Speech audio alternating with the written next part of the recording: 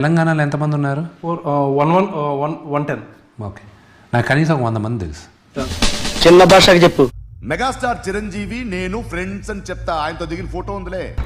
ఎవడైనా నాకు సలహాలు ఇవ్వాలనుకుంటే నాకు డబ్బులు ఇమ్మను, నేను సలహాలు తీసుకుంటాను. ఏదో డ్రామాలో ఉచిత సలహాలు ఇవ్వను. ఇంతవరకు ఎవరికి ఇవ్వలేదు సార్, ఎవరు తీసుకోలేదు. వచ్చేవాళ్ళు ఏదో ఒక సలహా చెప్పాలి, నేను మంచి కోరే కదా చెప్తాను. వెరీ గుడ్, డబ్బులు ఇచ్చి చెప్పు నాకు. సరే నాకేంటి నాకేంటని అంటే నాకేంటని కొంచెం ఓవర్ యాక్టింగ్ చేస్తారు కానీ ముగ్గురు మంచి పిల్లలు అని చెప్తా అందరికి. ఏంటి బాబా అన్న, ఇంకోసారి అన్న.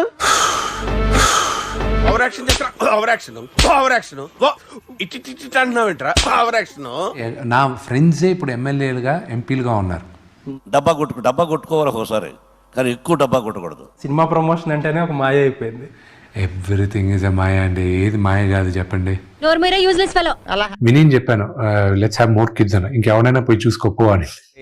మీరేంటో మీ విధానాలు ఏంటో ఇప్పటికి నాకు అర్థం అవరో బాబు. ఈ సినిమా గురించి ఎంత కష్టపడ్డారో ఇండస్ట్రీలో ఉన్న ప్రతి ఒక్క టెక్నీషియన్ కు తెలుసు.